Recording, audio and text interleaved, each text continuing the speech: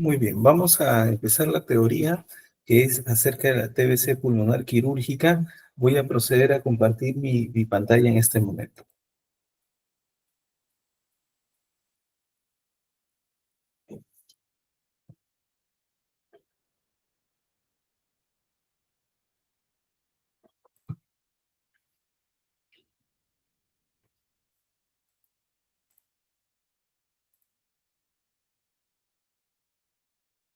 Muy bien.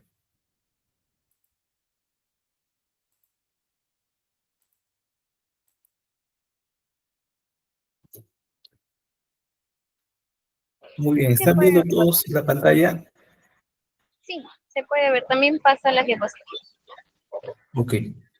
Entonces, bueno, la tuberculosis, como ustedes bien saben, es una enfermedad infecciosa que es causada por el Mycobacterium tuberculoso y se caracteriza principalmente por la formación de granulomas a nivel de los tejidos, principalmente a nivel pulmonar, pero puede afectar otros órganos de forma extrapulmonar, como por ejemplo los ganglios linfáticos. La evolución de la enfermedad tiene un curso crónico, progresivo, y si no, el paciente no recibe ningún tipo de tratamiento, puede conducir a la muerte del paciente. El agente etiológico, ustedes ya lo conocen bien, es el bacilo de Koch, es un germen intracelular aerobio obligado que va a inducir una respuesta granulomatosa por parte del huésped. Tiene una tasa de crecimiento lento, la trae a través de la vía aérea, las gotículas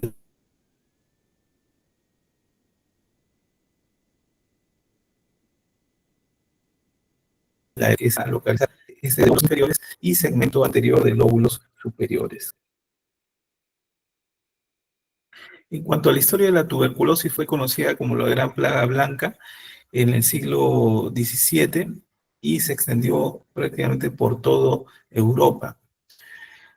En el año 1882, por primera vez el bacilo tuberculoso, y ese mismo año, Forlanini, en Italia, realiza por primera vez el primer tratamiento quirúrgico para la TBC pulmonar, que fue el neumotórax artificial primario. Ese es el primer tratamiento quirúrgico que fue parte de los tratamientos llamados absotea, que vamos a explicar detalladamente, y es por ese motivo que a Forlanini se le conoce como el padre del tratamiento con colapsoterapia, el padre de la colapsoterapia.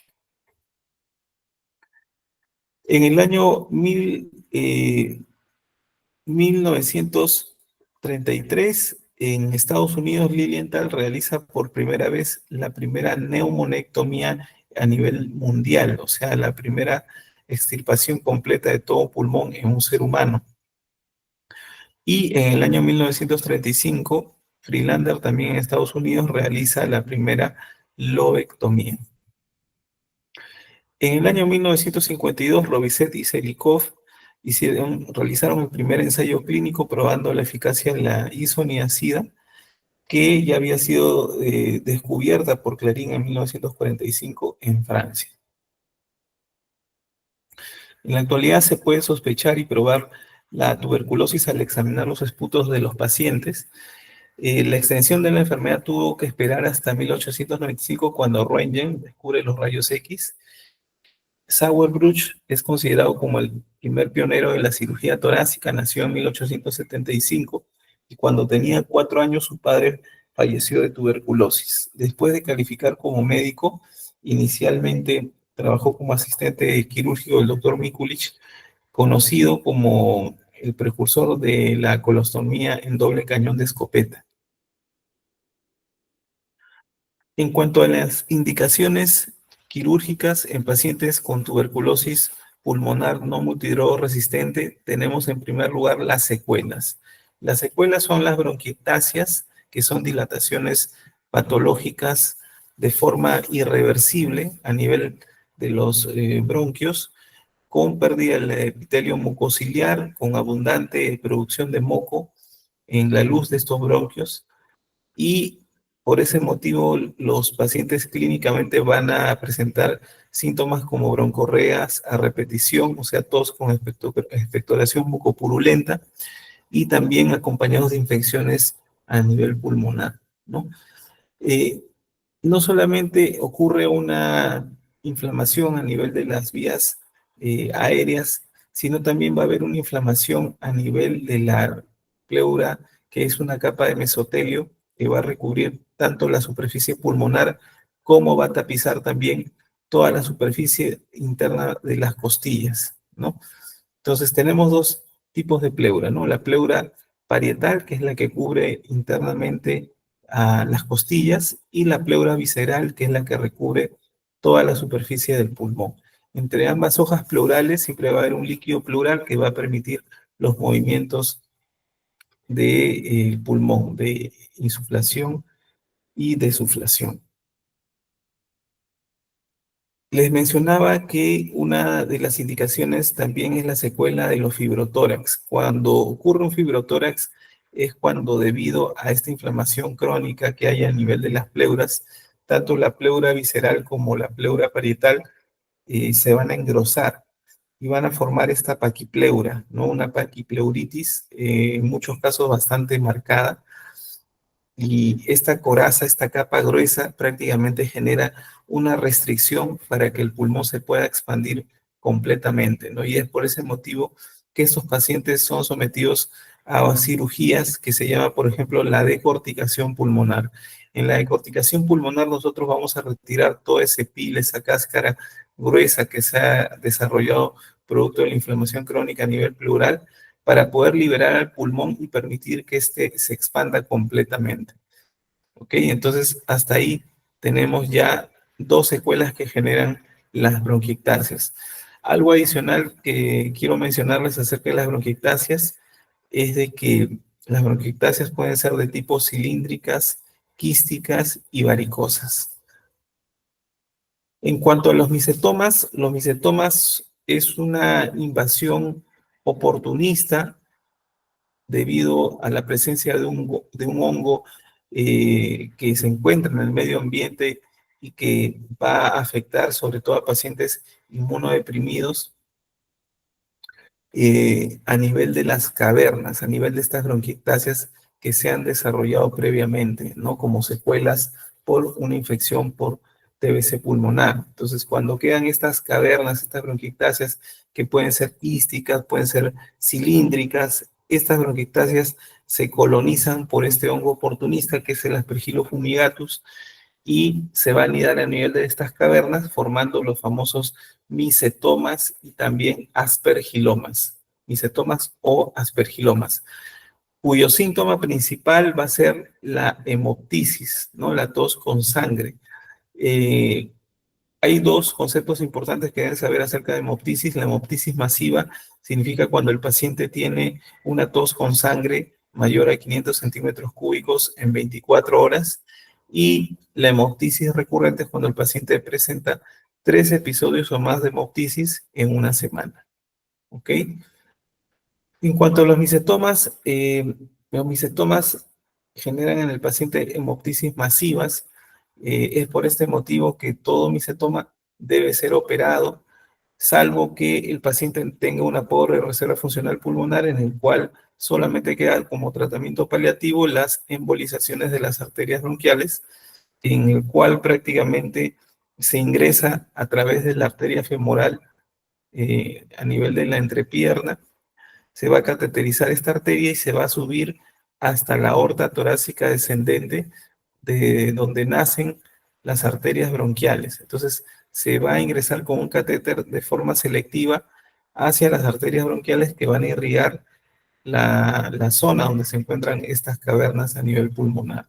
Entonces, una vez que se cateteriza estas arterias bronquiales, se van a tapar, se van a obstruir con una sustancia llamada cianocrilato, que es una sustancia polimerizante que al contacto con la sangre prácticamente se transforma en un cemento, un tapón, y esto va a impedir el flujo anterógrado de la sangre, y esto va a, a controlar por mucho más tiempo esta hemoptisis que presentan clínicamente estos pacientes con micetomas. ¿ok? En cuanto a otras indicaciones que podemos tener para las secuelas que deja la tuberculosis pulmonar, también las complicaciones. Debido a esta tos con expectoración mucopurulenta exigente que presentan estos pacientes de forma diaria, constante, esa tos crónica exigente va a terminar en algunos casos generando una disrupción del epitelio y de las capas del bronquio, ¿no? Tanto así que se va a romper el bronquio y va a haber una solución de continuidad en donde el moco y los gérmenes gram positivos y anaerobios van a colonizar la cavidad pleural donde se encuentran los pulmones, ¿no? Que normalmente es una cavidad limpia, aséptica, libre de gérmenes, ¿no? De microorganismos. Pero lamentablemente cuando ocurre estas fístulas broncopleurales, se colonizan completamente esta cavidad y es por ese motivo que el paciente puede incluso desarrollar posterior a una fístula broncopleural un empiema, ¿no? Un empiema que puede ser de flora mixta. Recordemos que en la vía aérea tenemos gérmenes gram positivos anaerobios, entonces no solamente el bacilo de Koch, ¿no? Entonces el paciente va a presentar un empiema mixto, ¿no? Ahora, en el caso de los abscesos pulmonares, los abscesos pulmonares inicialmente requieren de un manejo médico, clínico farmacológico, en el cual el paciente va a recibir tratamiento de amplio espectro durante 4 a 6 semanas de tratamiento con antibiótico terapia de amplio espectro, ¿no? La mayoría de los casos, a los 4 meses, 5 meses, resuelve el absceso, pero hay un pequeño porcentaje que a pesar de este tiempo y a pesar del tratamiento que se instaura, pues no hay, digamos, resolución del problema, ¿no? Entonces, esos pacientes que quedan con abscesos crónicos son los que ya lamentablemente son candidatos a cirugía pulmonar, ¿no? Muchos de estos pacientes terminan en cirugías resectivas, como por ejemplo una lobectomía, ¿no? Que ahora vamos a revisar también.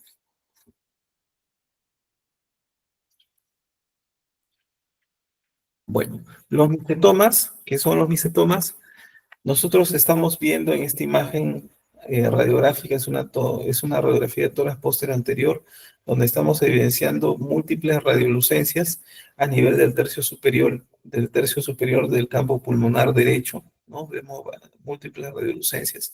Y cuando ampliamos, digamos, el estudio imagenológico con esta tomografía espiral multicorte de tórax en ventana pulmonar, porque esta ventana donde podemos visualizar claramente los pulmones es la ventana pulmonar y vemos que a nivel de las bronquiectasias hay la presencia de estos colonizantes que son los aspergilomas, los micetomas, que prácticamente van a ir sellando la luz de los bronquios, ¿no? Estos hongos oportunistas van a colonizar, en este caso, las bronquiectasias localizadas en el lóbulo superior del lado derecho y esto es lo que al paciente le va a generar muchas veces y frecuentemente su tos con sangre, ¿no? Aquí vemos en esta imagen, acá en la tomografía se ve mucho mejor la presencia de una caverna con un micetoma en su interior, ¿no? A nivel de segmento 2, segmento posterior del lóbulo superior derecho. Acá vemos un corte coronal en un paciente que tiene dos micetomas, uno a nivel del segmento apical del lóbulo inferior derecho y otro a nivel del segmento basal del lóbulo inferior izquierdo, ¿no? Acá vemos una imagen donde vemos una bronquiectasia de tipo varicosa. Fíjense, una bronquiectasia que abarca prácticamente todo el tejido pulmonar en este lado izquierdo. Y acá una bronquiectasia de tipo quística que prácticamente ha colonizado el pulmón derecho, ¿no? Acá vemos una imagen donde se ve otro micetoma grande a nivel del lóbulo inferior izquierdo. Y aquí en la radiografía de tórax posterior anterior también se puede visualizar de forma nítida la presencia de este micetoma. Las bronquiectasias, como les dije, son dilataciones a nivel de los bronquios con pérdida del epitelio mucociliar y una destrucción de la pared del bronquio con aumento de la producción de moco a nivel de su luz, ¿no? Es por ese motivo que esos pacientes tienden a presentar tos con expectoración purulenta clínicamente. Esta es otra tomografía de otra paciente donde vemos la presencia de bronquiectasias de tipo cilíndricas, que son estas más pequeñas, y quísticas, en este caso hay algunas cilíndricas también, a nivel del pulmón izquierdo, ¿no? Entonces, este paciente, por ejemplo, es un paciente que tiene afectación pulmonar difusa. Los dos pulmones están afectados, entonces el paciente lamentablemente ya no es candidato a una eh, cirugía, ¿no? Porque lamentablemente la afección pulmonar es muy extensa, ¿no? Este paciente no puede ser sometido a una neumonectomía, no puede ser sometido a una lobectomía, porque al ser la reserva funcional pulmonar tan baja, el paciente podría quedar después de la cirugía dependiente de oxígeno, ¿no? Entonces, por ese motivo es importante el criterio de operabilidad que existe para poder hacer una adecuada selección de los pacientes que realmente pueden tolerar una cirugía resectiva de pulmón, ¿no? De resección pulmonar. Entonces, vamos a ver cuál es el examen más importante que debe realizarse en nuestro paciente que tiene lesiones seculares en el pulmón, que necesita, eh, que necesita prácticamente una cirugía en la cual se va a tener que extirpar todo el pulmón completo o parcialmente un lóbulo, ¿no? Por ejemplo, si yo tengo un paciente que tiene todo el pulmón izquierdo con bronquiectasias difusas a nivel de los lóbulos, ese paciente lo más probable es que va a requerir una neumonectomía, o sea, la extirpación completa de todo el pulmón. Eh, entonces, en el caso que un paciente requiere una neumonectomía, el BEF o el volumen expiratorio forzado el primer segundo debe ser mayor a 2 litros. En caso el paciente requiere una lobectomía, porque las bronquiectasias están muy localizadas, eh, el, el paciente cuando necesita una lobectomía debe tener un volumen expiratorio forzado al primer segundo en 1.5 litros o más. ¿Ok? Recapitulando, neumonectomía, el paciente debe tener en el BEF del primer segundo en su espirometría mayor a 2 litros para tolerar una neumonectomía. En el caso de una lobectomía, el paciente debe tener un BEF del primer segundo mayor a 1. Mayor a 1.5 litros. ¿Ok? Para la lobectomía, el BEF del primer segundo debe ser mayor a 1.5 litros. Y en el caso de una segmentectomía, el BEF del primer segundo debe ser mayor a 0.8 litros. ¿Correcto?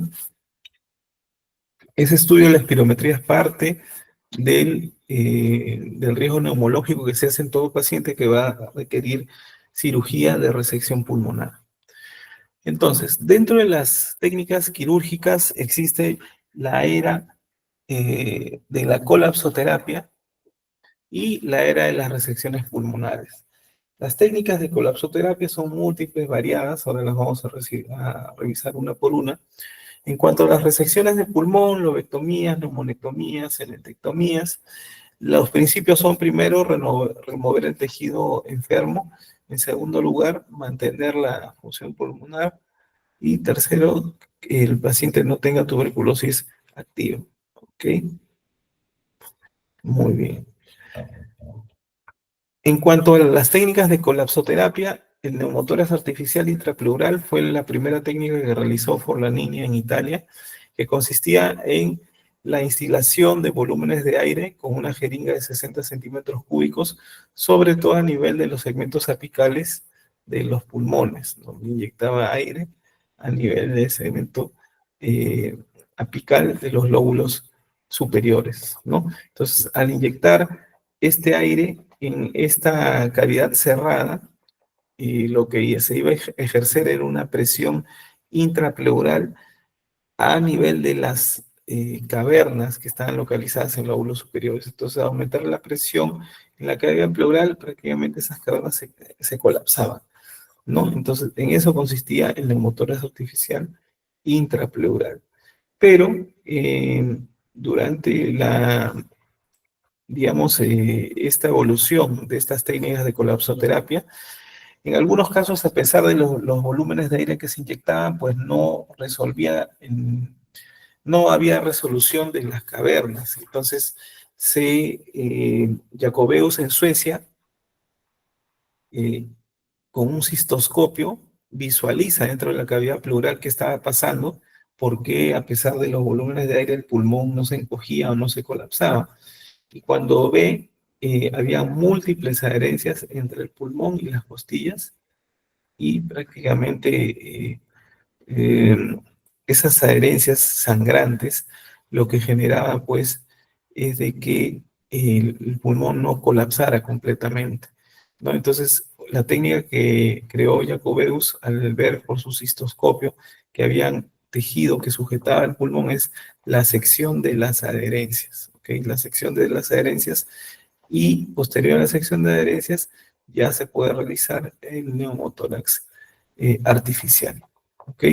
La sección de adherencias, o sea, la neumolisis intrapleural cerrada, y la otra neumolisis es a cielo abierto, ¿no? O sea, en una se hacía un corte grande, una toracotomía, y en la otra, a través del cistoscopio, se ingresaba con unas pinzas en forma de tijeras muy pequeñas para poder seccionar las adherencias. ¿Ok? En cuanto a la frenicoparálisis, la primera, que es la completa y permanente, es la que se llama frenisectomía. ¿En qué consiste esta técnica? Se aborda al nervio frénico a nivel de la región cervical, por delante del músculo escaleno, se va a prácticamente enrollar este nervio frénico, y una vez enrollado en la pinza Kelly, se va a arrancar completamente, ¿no? Entonces, ese arrancamiento del nervio frénico lo que va a generar es una parálisis permanente del diafragma, ¿no? Del diafragma.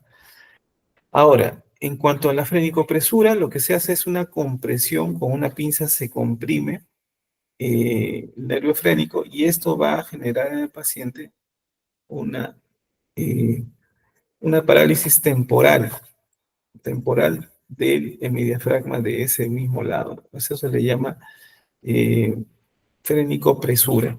Y la técnica de frenicoparálisis combinada con neumoperitoneo es una técnica que se usaba se usaba mayormente para los pacientes que tenían cavernas localizadas a nivel de lóbulos inferiores, ¿no? A nivel de los segmentos apicales de lóbulos inferiores, cuando el paciente presentaba estas cavernas en segmentos apicales de lóbulos inferiores, el paciente era prácticamente sometido a una inyección de aire en cavidad peritoneal, ¿no? Entonces, la técnica de frenicoparálisis combinada con neumoperitoneo era para los pacientes que tenían cavernas localizadas a nivel del lóbulo inferior.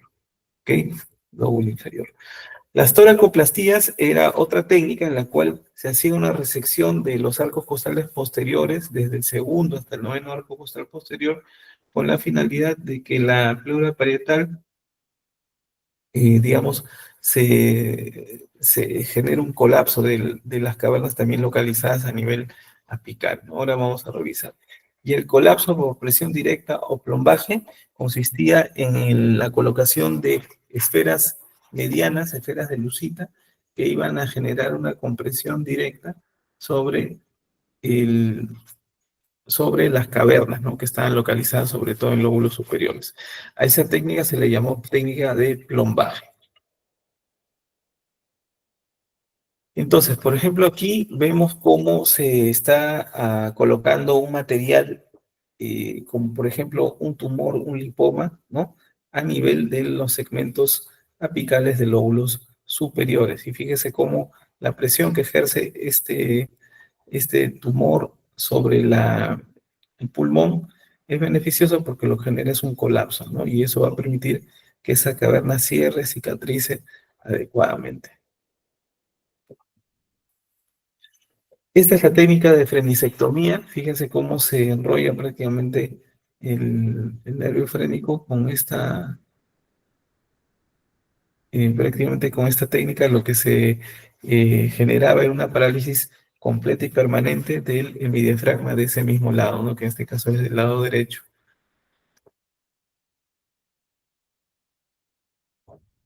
Las indicaciones de toracoplastía son principalmente para las cavernas de lóbulos superiores, enfermedad fibrocasiosa extensa, tuberculosis bronquial cuando eh,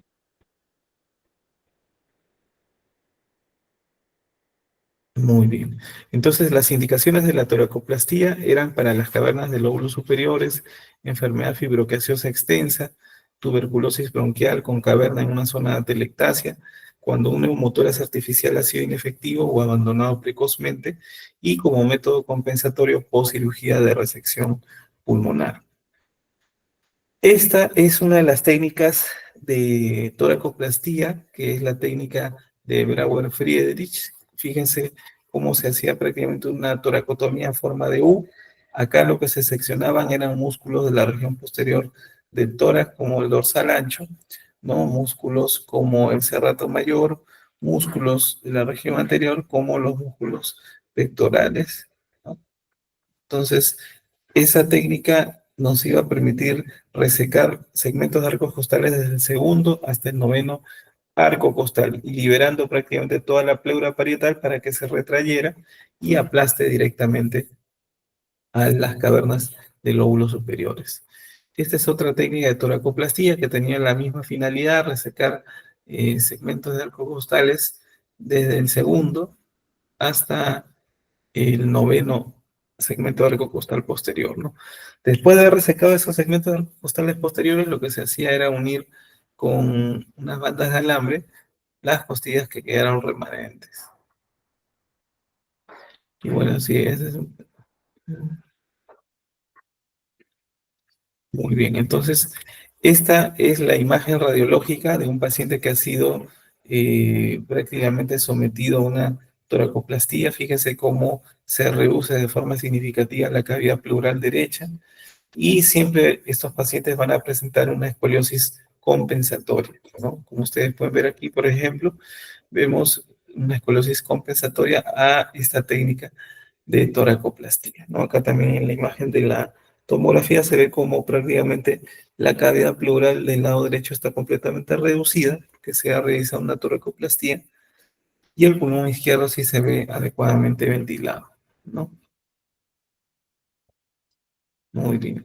Y otra técnica también bastante usada, incluso hasta en algunos hospitales se usa todavía esta técnica, es la técnica de plombaje, que es la técnica de colapso por presión directa, ¿no? En el cual se crea un espacio quirúrgicamente con relleno no reabsorbible, como puede ser la parafina y balón alcohol, polivinil y lucita y polimetacrilato de metilo. Los más usados son las esferas de lucita, ¿no? Y eso está indicado para lesiones en lóbulos superiores con cavernas centrales, en pacientes con mal estado general, y lesiones en ambos lóbulos superiores o asociados a otro procedimiento colapsoterápico, pacientes con capacidad respiratoria reducida.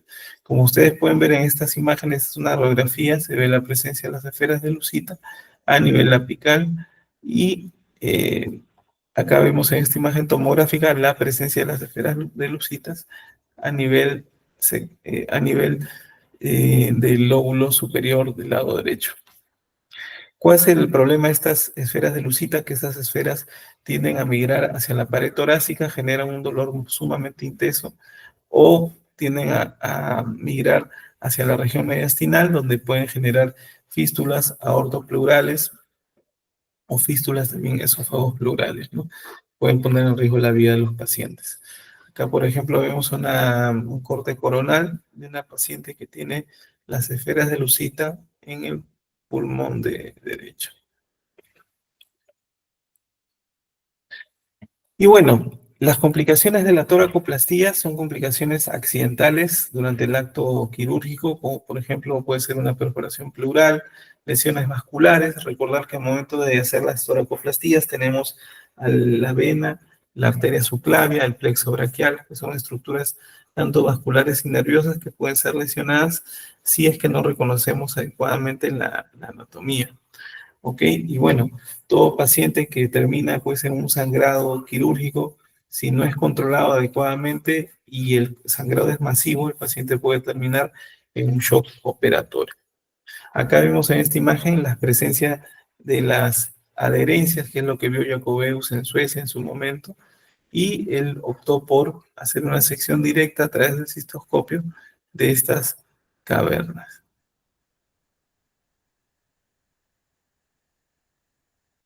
Muy bien, entonces estas adherencias son sumamente vascularizadas, son adherencias sangrantes, cuando se seccionan prácticamente sangran, es por ese motivo que hay que cauterizarlas de forma muy prolija para evitar reintervenciones quirúrgicas de emergencia, ¿no?